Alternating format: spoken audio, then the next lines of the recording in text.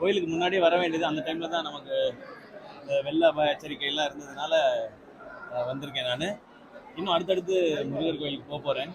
அடுத்து திருப்பரங்குன்றம், பழனி எல்லாமே இருக்கு. ஸோ அதனால தான் அப்படியே பரபரப்பாக போயிட்டே இருக்கும். அறுபடை வீடும் பார்க்கணுன்றது ரொம்ப நாள் ஆசை.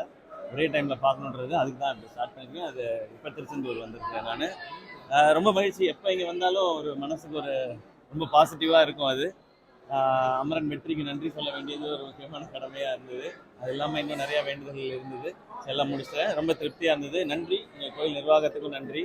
இவ்வளோ கூட்டத்துக்கு நடுவுலையும் ஒரு நல்லபடியாக எல்லாம் காமிச்சு கொடுத்தாங்க. அண்ட் உங்களுக்கும் நன்றி. எல்லாருக்கும் புத்தாண்டு வாழ்த்துக்கள். எல்லாருக்கும் இந்த வருஷம் சிறப்பாக இருக்கட்டும். நன்றி.